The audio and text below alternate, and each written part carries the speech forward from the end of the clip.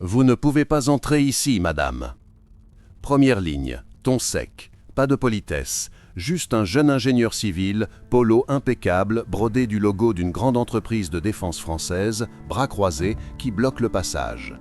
Base aérienne de Pau, sud de la France, chaleur d'été qui fait trembler l'air au-dessus du tarmac noir. L'odeur de kérosène flotte partout.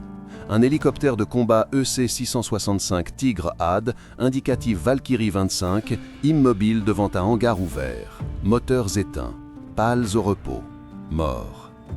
Et une femme en combinaison bleue usée qui avance vers lui. Pas vite, pas lentement, juste avance. Caroline Dubois, cheveux gris courts, visage tanné par des années de soleil de désert et de kérosène brûlé. Mains calieuses, bottes militaires fatiguées mais cirées. 55 ans, peut-être 60, difficile à dire. Les gens qui ont vu ce qu'elle a vu ne vieillissent pas comme les autres, ils durcissent. Tristan Conquête, 28 ans, diplômé de Centrale Supélec. 3 ans d'expérience en avionique civile, 0 minute en zone de combat, lève la main comme un agent de sécurité d'aéroport. Madame, cette zone est strictement réservée au personnel autorisé. Nous avons une session de diagnostic sensible en cours. Il articule chaque mot avec cette condescendance polie typique des ingénieurs qui pensent que leur doctorat vaut 1000 heures de vol. Caroline s'arrête. 3 mètres de lui, ne dit rien. Regarde le tigre, pas Tristan, le tigre, yeux plissés contre le soleil. Elle voit ce que les autres ne voient pas. Une légère décoloration sur un panneau de carénage près du rotor de queue, presque invisible. Une trace de chaleur excessive, ancienne mais présente. Un petit détail. Les ordinateurs ne voient pas ça. Les algorithmes prédictifs ne sentent pas ça. Tristan s'impatiente. Écoutez, je ne sais pas qui vous a dit de venir ici, mais nous avons 3 des meilleurs PhD de France qui travaillent sur ce problème depuis 2 semaines. Vous n'êtes pas sur la liste d'accès. Je vais devoir vous demander de 2 semaines, coupe Caroline. Voix calme, grave, pas d'émotion. Et il est toujours au sol. Silence. Tristan fronce les sourcils. Derrière lui, 2 autres ingénieurs civils s'approchent, tablette à la main, regard curieux. L'un d'eux, polo identique, lunettes de designer, murmure à Tristan « C'est qui celle-là? Une épouse de militaire cherchant le groupe de soutien ?» Petit rire, pas méchant, juste automatique. Le genre de rire qui vient quand on voit une femme d'un certain âge en combinaison graisseuse près d'un hélicoptère de combat à 50 millions d'euros. Caroline ne réagit pas, habitée. Elle a entendu pire. Afghanistan 2014, un jeune lieutenant américain lui avait dit qu'elle devrait être dans une cuisine, pas sous un rotor. Elle avait réparé son Apache en 30 minutes sous la pluie, sauvant sa mission. Il avait ensuite essayé de s'excuser. Elle n'avait pas écouté. Pas le temps pour l'ego blessé. Elle contourne Tristan, pas agressivement, juste avance, vers le tigre, lentement. Tristan hésite, puis la suit. « Madame, sérieusement, vous ne pouvez pas ?» Valkyrie 25, dit Caroline sans se retourner. Indicatif radio. Tigre AD, version française du HAP avec canon GIAT 30 mm et capacité anti-char. Système de visée intégré au casque HMD défaillant depuis 14 jours. Le canon ne suit plus le regard du pilote. Système aveugle. Elle s'arrête, se retourne, fixe Tristan. C'est bien ça? Tristan cligne des yeux. Comment vous... Votre diagnostic? Il ouvre la bouche, referme, puis, retrouvant son assurance de diplômé, nous avons remplacé le module de contrôle de tir, le boîtier d'interface casque, recalibré tous les capteurs gyroscopiques, vérifié chaque ligne de code du système embarqué.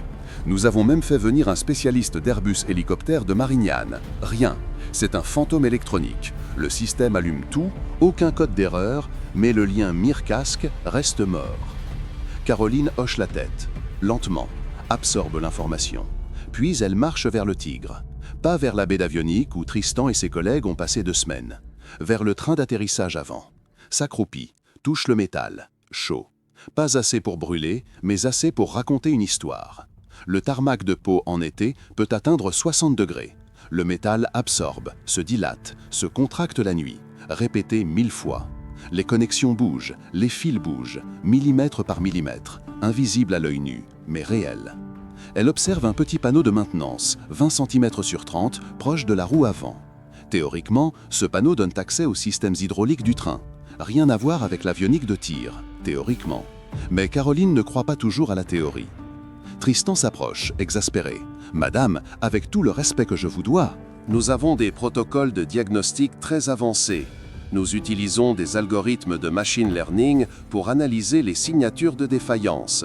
Ce n'est pas comme si on pouvait juste regarder l'hélicoptère et savoir ce qui ne va pas. Caroline sort quelque chose de sa poche. Une vieille clé à cliquet de 1/2 pouce. Chromelée autrefois, maintenant ternie, griffée, avec des traces de graisse incrustées dans les rainures. Un outil qui a vu des milliers d'heures de travail. Et, attaché au manche avec un cordon vert militaire usé, 2 plaquettes d'identification. Doc Tags, françaises, acier inoxydable, gravées. L'un des ingénieurs ricane. Sérieusement, vous allez réparer un système de contrôle de tir numérique en tapant dessus avec une clé? On est au 21e siècle, madame, pas dans un garage de province. Caroline lève les yeux vers lui. Pas de colère, juste vide. Le regard de quelqu'un qui a vu des hommes mourir parce qu'un système a échoué. Le regard de quelqu'un qui a passé des nuits entières dans le noir, sous le feu, à faire fonctionner des machines quand tout le monde disait que c'était impossible. « Vous avez raison », dit-elle calmement. « On est au 21e siècle, et votre hélicoptère, à 50 millions, est toujours cloué au sol. » Silence. Elle se retourne vers le panneau. Mais avant qu'elle ne touche à quoi que ce soit, un mouvement au loin. Près d'un bâtiment administratif, 300 mètres, un homme en uniforme ALA observe la scène avec des jumelles. Adjudant-chef Renault, 52 ans, 30 années de service. Sahel, Afghanistan, Balkans. Visage creusé par le soleil et la poussière. Cicatrice fine sur la joue gauche, souvenir d'un éclat de mortier à Gao, Mali, 2013. Il baisse les jumelles, sourit. Un sourire qui ne va pas avec la situation. Il reconnaît cette posture. La façon dont elle se tient, calme, pas pressée, pas nerveuse, juste présente, comme si elle possédait le tarmac, comme si l'hélicoptère lui appartenait. Il a vu ça une fois, une seule fois, il y a 10 ans, Afghanistan, base avancée près de Tagab, durant l'opération Pamir, contribution française à l'ISAF. Un Tigre avait posé en urgence, tempête de sable, système de tir mort. La mission au sol dépendait de cet hélicoptère. Tout le monde paniquait, sauf elle.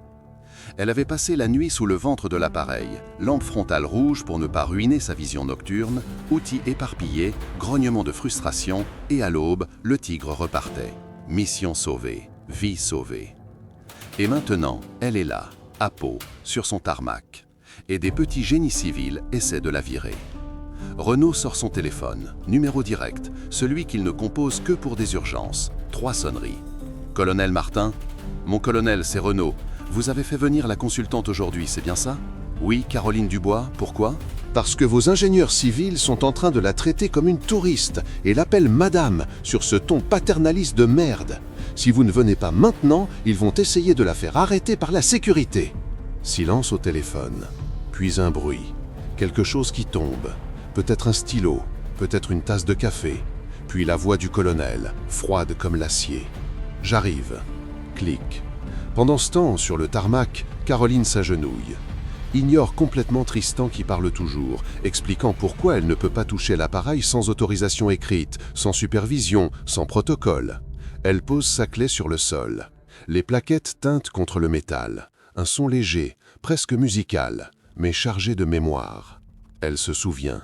Nuit noire, Afghanistan, tempête de sable hurlante.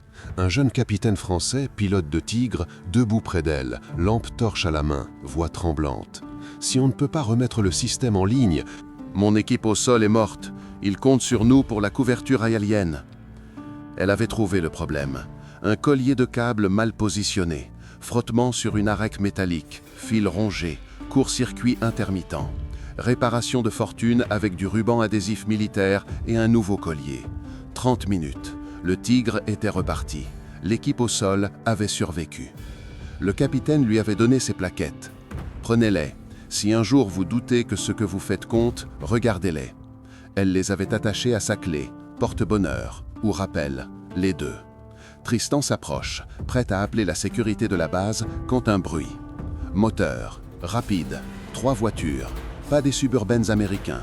Renault et Peugeot, noir, officiel, plaque du ministère des Armées. Elles arrivent vite, freinent près du Tigre dans un crissement de pneus. Portière qui claque. Tristan se retourne. Et les portes s'ouvrent. colonel Martin descend de la première voiture. Uniforme à latte impeccable, camouflage français, béret bordeaux de l'aviation légère de l'armée de terre. 50, peut-être 52. Épaules larges, démarche de quelqu'un qui a commandé des hommes sous le feu. Visage dur mais pas cruel, juste forgé. Derrière lui, major-chef des champs. Cheveux gris coupés ras, galon de commandement, regard qui pourrait geler le sang d'un insurgé à 100 mètres. 35 ans de service. Sahel, Balkans, Liban, Afghanistan. Il a tout vu. Et derrière eux, 3 autres officiers, capitaine, lieutenant. Tous en uniforme, tous silencieux. Tristan fige. Les ingénieurs civils aussi. Ce genre de déploiement, c'est pas normal. Pas pour un simple problème technique, pas pour une consultante civile. Sauf que Caroline Dubois n'est pas une simple consultante. Le colonel traverse le tarmac. Pas vite, pas lentement, juste cette cadence militaire précise, bottes claquant sur l'asphalte surchauffé. Il ignore complètement Tristan. Ignore les autres civils, va droit vers Caroline, toujours agenouillée près du train d'atterrissage avant du Tigre, clé à cliquer en main. Elle lève les yeux, le reconnaît, se relève lentement, genoux craquant légèrement. Pas de douleur sur son visage, juste de l'âge. Le colonel s'arrête à 2 mètres d'elle, sourit, un vrai sourire, pas de protocole, juste chaleur. Ça fait trop longtemps, chef. Mon colonel, répond Caroline, voix neutre, respectueuse, mais pas soumise.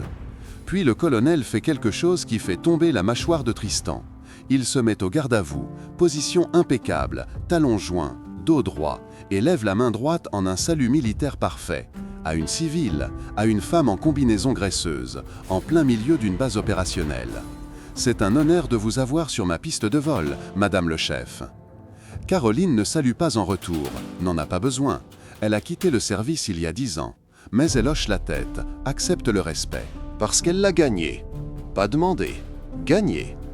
Le colonel relâche son salut, se tourne vers Tristan et les ingénieurs. Le sourire disparaît. Quelqu'un peut me dire pourquoi la personne que j'ai personnellement fait venir pour résoudre ce problème était sur le point d'être expulsée de ma base. Tristan ouvre la bouche. Aucun son. Son cerveau tourne à plein régime, essayant de comprendre ce qui se passe. Cette femme, elle a un salut militaire d'un colonel de brigade. Qui est-elle ? Le major-chef des champs s'avance. Il tient une chemise cartonnée beige, dossier militaire. Il l'ouvre, commence à lire, voix forte, claire, ton de quelqu'un qui a donné des ordres toute sa vie. Caroline Dubois, officier mécanicien des 16 en vol, retraité. 28 ans de service actif. 1243 heures de vol comme mécanicienne navigante sur Gazelle, Puma et Tigre AAD. 12 déploiements opérationnels. Bosnie, Kosovo, Tchad, Côte d'Ivoire, Afghanistan, Mali. Croix de la valeur militaire avec palme pour action sous le feu en Afghanistan 2014. Citation à l'ordre de l'armée de terre. Co-auteur du manuel de maintenance de la version HAD du Tigre, chapitre diagnostics avancés en conditions de combat. Il lève les yeux du dossier, fixe Tristan. Elle a oublié plus de choses sur les hélicoptères que vous n'en apprendrez jamais, monsieur Conquête, et vous l'avez appelée madame sur ce ton condescendant qu'on utilise avec les touristes perdus. Le silence qui suit est brutal. On entend juste le vent chaud qui siffle entre les pales du Tigre immobile. Tristan pâlit. Ses collègues reculent d'un pas. L'un d'eux murmure « Merde !» Le colonel se tourne vers Caroline. 2 semaines, 14 jours que ce Tigre est cloué au sol. Mon unité a 3 autres appareils en maintenance préventive. Ça veut dire que je suis à moitié aveugle si on me demande une intervention d'urgence. J'ai fait venir l'équipe de Tristan. Ils ont facturé 300 000 €. Résultat, 0. Rien. Le fantôme est toujours là. Alors oui, j'ai appelé la légende. Vous. Il fait un geste vers le Tigre. Le tarmac est à vous, chef Dubois. Trouvez le fantôme. Caroline hoche la tête. Pas de mots, juste un mouvement du menton. Elle se retourne, s'agenouille à nouveau près du petit panneau de maintenance. Les plaquettes sur sa clé teintent contre le métal quand elle la pose. Ce son, pour ceux qui savent, c'est un son sacré. Le son de l'expérience, de la survie. Elle glisse la clé dans la première vis du panneau. Tourne, lentement, avec cette précision de quelqu'un qui a fait ça 10 000 fois. La vis sort, puis la deuxième, troisième, quatrième. Le panneau se détache. Elle le pose doucement sur le tarmac. À l'intérieur, une petite cavité, hydraulique normalement, tuyau, valve, connexion. Mais dans le coin supérieur droit, presque invisible, une petite boîte de jonction électrique. 10 cm sur 10, noir. Avec 3 câbles qui entrent et un qui sort. Un câble coaxial fin, blanc, isolation plastique. Caroline sort une petite lampe frontale de sa poche, ancienne, LED rouge, celle qu'elle utilisait en Afghanistan pour ne pas ruiner sa vision nocturne. Elle l'allume, éclaire l'intérieur de la cavité. Et là, elle voit. Le câble coaxial, sur environ 2 cm, a son isolation extérieure légèrement rongée, presque invisible. Mais sous la lumière rouge, elle voit la couleur du cuivre brillant à travers une minuscule fissure. Et le câble passe juste au-dessus d'une nervure métallique du fuselage. Quelques millimètres d'écart, peut-être 3, peut-être 2. Quand le Tigre vole, tout vibre. Le moteur, les pales, les armes. Le fuselage entier résonne à des fréquences différentes. Et ce câble, à chaque vibration, frotte contre cette nervure, encore et encore, milliers de fois. L'isolation se dégrade, le cuivre touche le métal, contact intermittent. Ruido parasite dans le flux de données entre la mire et le casque du pilote. Pas assez pour déclencher un code d'erreur, juste assez pour tuer la connexion. Un fantôme. Caroline ferme les yeux, se souvient. Afghanistan, 2014.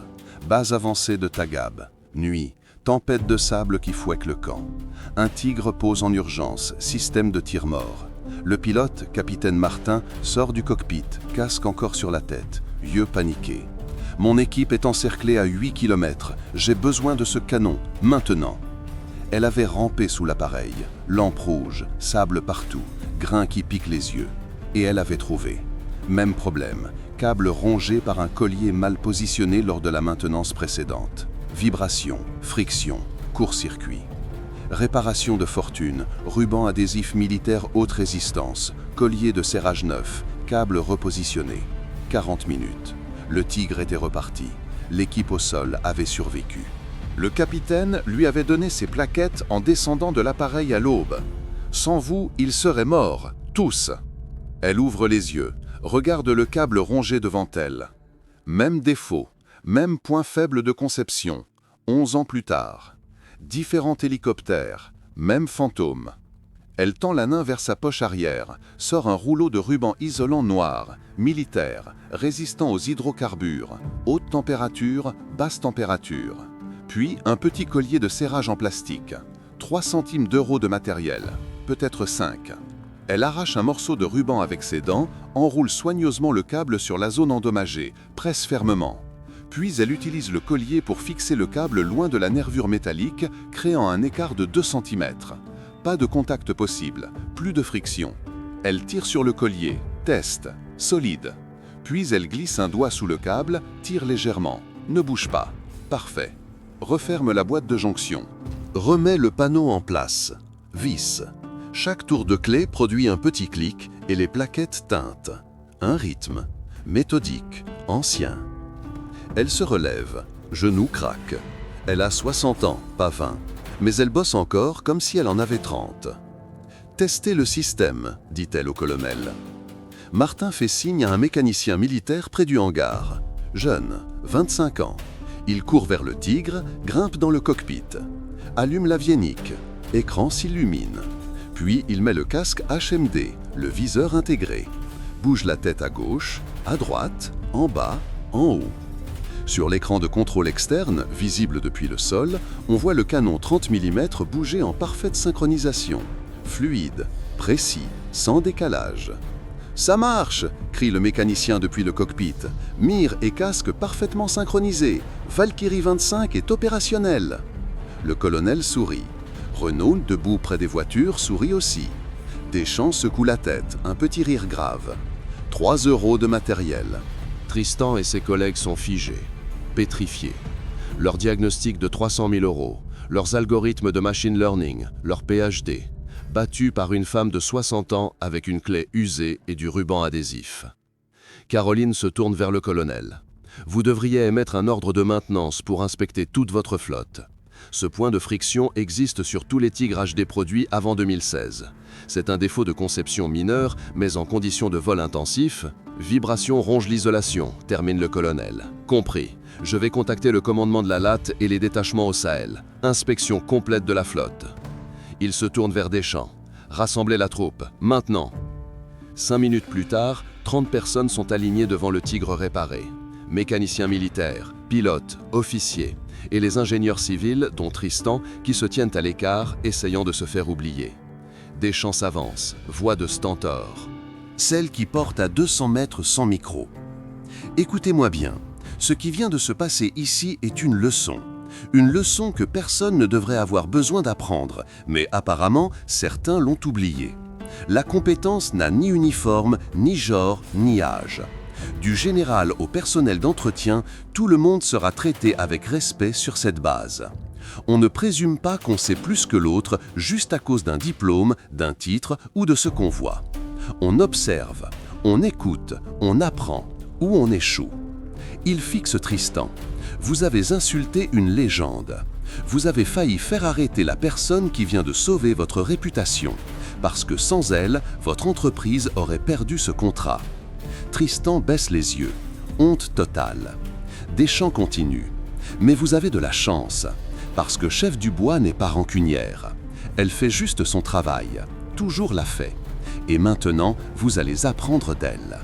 Silence, juste le vent. Caroline ramasse sa clé. Les plaquettes tentaient une dernière fois. Elle les regarde. Gravure sur l'une d'elles.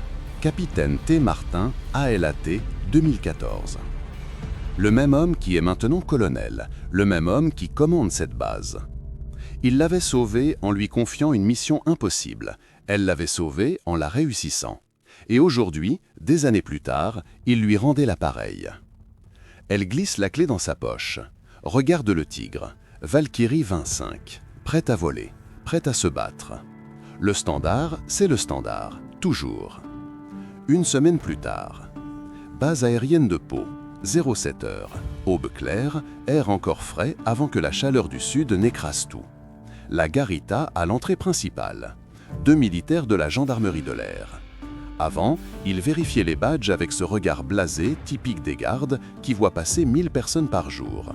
Maintenant, il regarde chaque visiteur dans les yeux, vérifie les identités, pose des questions, mais avec courtoisie, professionnalisme. Pas de présomption. Pas de présomption. Parce qu'on ne sait jamais qui arrive. Peut-être un général en civil, peut-être une légende en combinaison bleue. À l'intérieur de la base, dans le hangar principal, quelque chose a changé aussi. Les mécaniciens militaires, jeunes et vieux, sont rassemblés autour d'une table de travail. Dessus, un manuel de maintenance du Tigre ADD, ouvert à la section diagnostic. Et debout devant eux, adjudant-chef Reynaud avec un vieux projecteur relié à un laptop. Formation, retour aux bases. Les algorithmes, c'est bien, dit Reynaud, pointant une diapositive montrant un schéma de câblage. Les ordinateurs, c'est bien. Mais si vous oubliez d'utiliser vos yeux, vos oreilles, vos mains, vous allez rater des trucs. Comme ce câble. Il montre une photo. Le câble coaxial rongé que Caroline a trouvé. Agrandi. La fissure minuscule dans l'isolement. Presque invisible à l'œil nu. Mais là. 2 semaines, 300 000 € dépensés. Et la solution ? 3 € de ruban et un collier de serrage. Pourquoi ?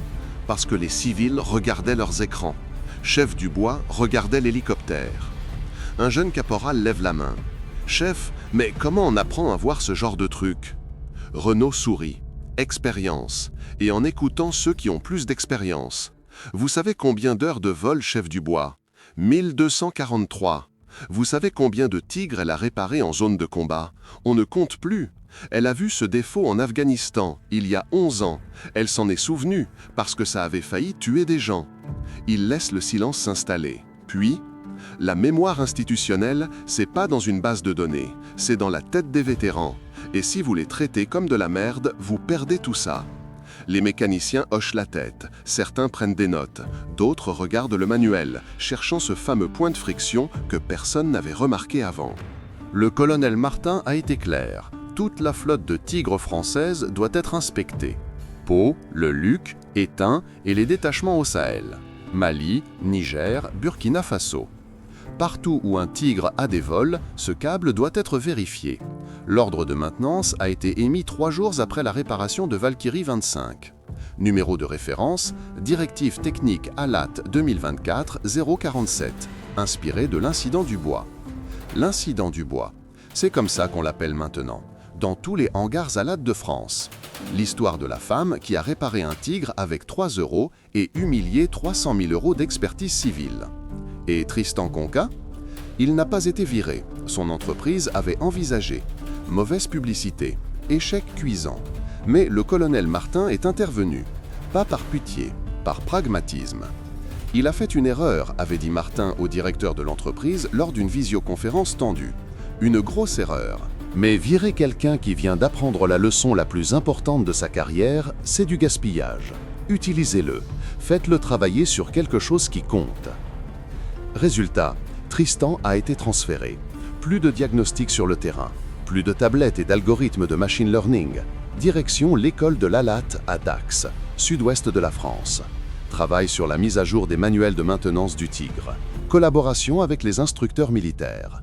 Ajout d'un nouveau chapitre, leçons de terrain, diagnostic pratique en conditions réelles. Premier cas d'étude, le fil corrodé de Valkyrie 25. Tristan tape sur son clavier dans un bureau exigu de l'école, entouré de vieux manuels papier et de schémas techniques épinglés au mur. Il écrit, reformule, essaie de capturer en mots ce qu'il a vu ce jour-là. Comment Caroline a su où regarder? Pourquoi les algorithmes avaient échoué? Ce que l'expérience apporte que la théorie ne peut pas. C'est difficile. Parce que ça implique d'admettre qu'il avait tout faux. Que son diplôme de Centrale Supélec, ses années de formation, ses certifications ne valaient rien face à 1000 heures de vol et 30 ans de main dans le cambouis. Mais il écrit, parce qu'il doit. Et un soir, alors que le soleil se couche sur Dax, il ferme son laptop. Besoin d'air, besoin de réfléchir. Il marche vers le hangar principal de l'école, où des instructeurs forment des jeunes mécaniciens sur un vieux gazelle en fin de vie. Et là, dans un coin, il la voit. Caroline Dubois. Elle n'enseigne pas officiellement, elle est juste là, en visite, invitée par Renault pour parler aux nouvelles recrues. Mais en ce moment, elle est seule, accroupie près d'un tigre AAD de formation, expliquant quelque chose à un jeune soldat. 20 ans, peut-être 22, visage concentré. Il tient une clé dynamométrique, essayant d'ajuster le couple de serrage sur un boulon de pale principale. « Pas trop fort », dit Caroline, voix calme. « Si vous forcez, vous allez fissurer le composite. Et une fissure sur une pale, c'est un crash en vol. Sentez la résistance. Votre main doit devenir une extension de l'outil, pas l'inverse. » Le jeune soldat hoche la tête, ajuste sa prise, serre doucement. Clic de la clé dynamométrique. Parfait.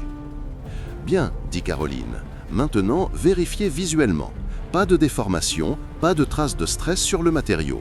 Si quelque chose vous semble bizarre, même un tout petit peu, vous arrêtez et vous appelez un chef.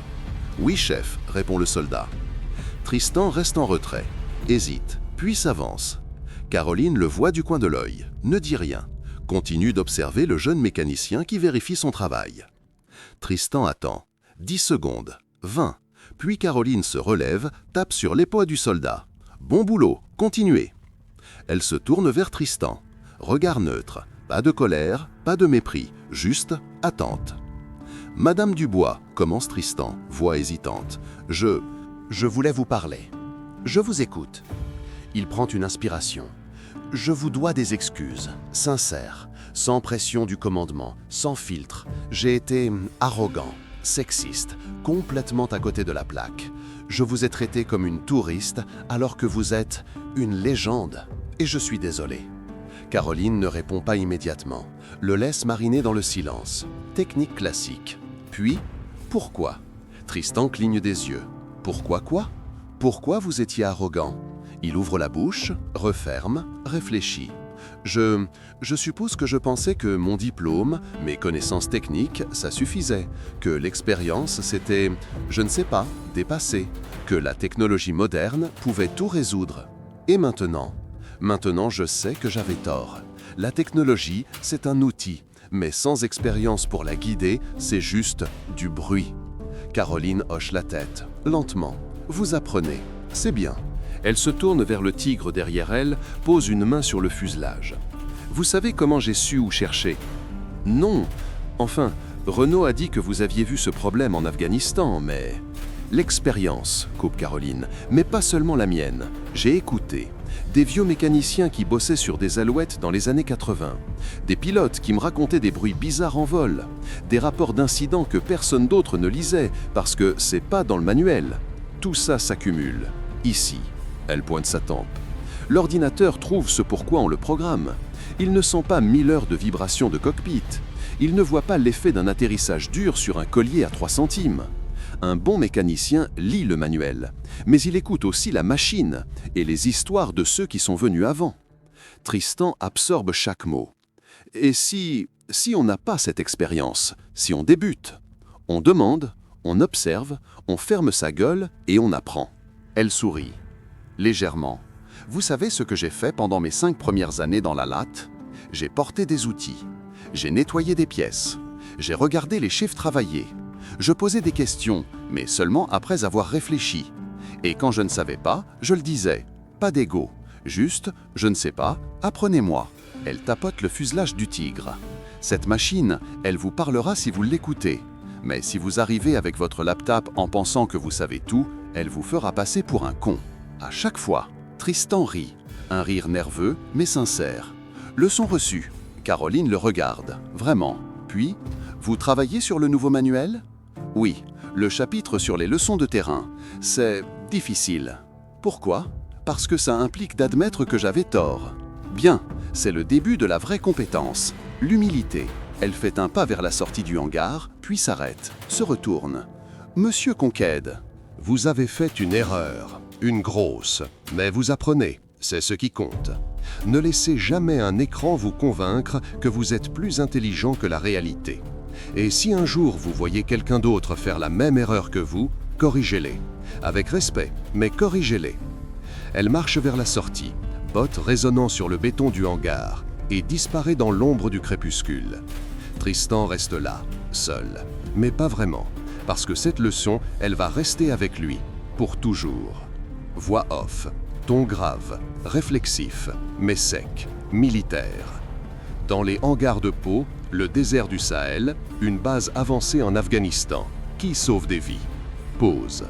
Pas l'ego, pas le diplôme, pas le genre, la compétence, silencieuse, alliée à l'humilité. Image mentale.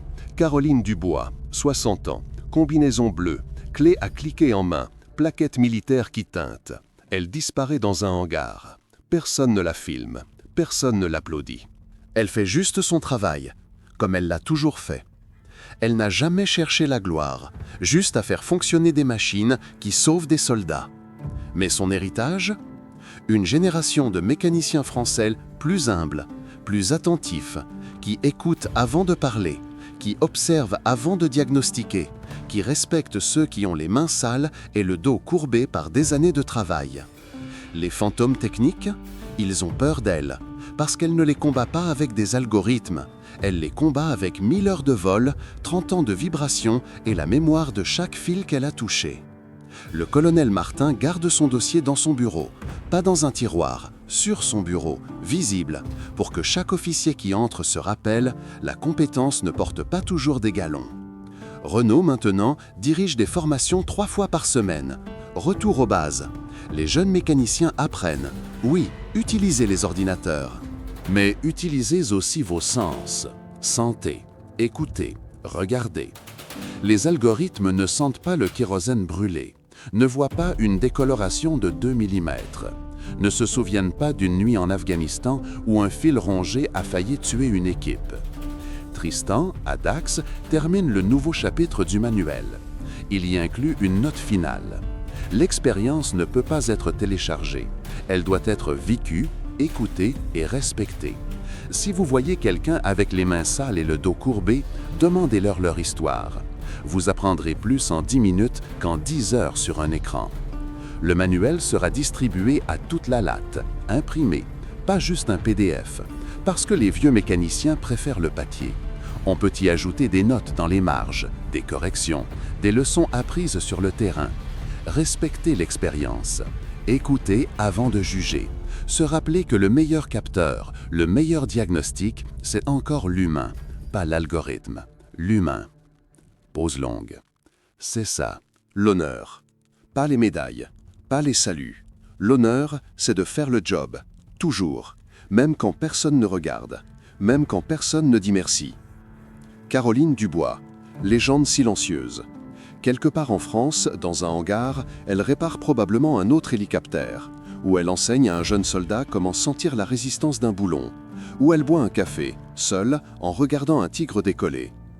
Elle ne cherche pas la reconnaissance, elle n'en a jamais eu besoin, parce qu'elle sait ce qui compte. Le standard. Le standard, c'est le standard, toujours. Et si un jour vous voyez une femme en combinaison bleue, main graisseuse, clé usée à la ceinture, ne la sous-estimez pas, ne présumez rien, parce que peut-être, juste peut-être, vous êtes devant quelqu'un qui a sauvé plus de vies que vous n'en rencontrerez jamais. Si cette histoire vous a rappelé pourquoi l'expérience compte plus que l'arrogance, partagez-la. Racontez-la à vos collègues, à vos équipes. Aux jeunes qui pensent qu'un diplôme suffit. Pause finale. Et rappelez-vous, le meilleur équipement de diagnostic, c'est là. On imagine Caroline pointer sa tempe, sourire sec, puis disparaître dans un hangar, lumière du soleil couchant derrière elle, ombre s'étirant sur le tarmac. Plaquette militaire qui teinte une dernière fois. Silence. Le standard, c'est le standard. Fondu noir.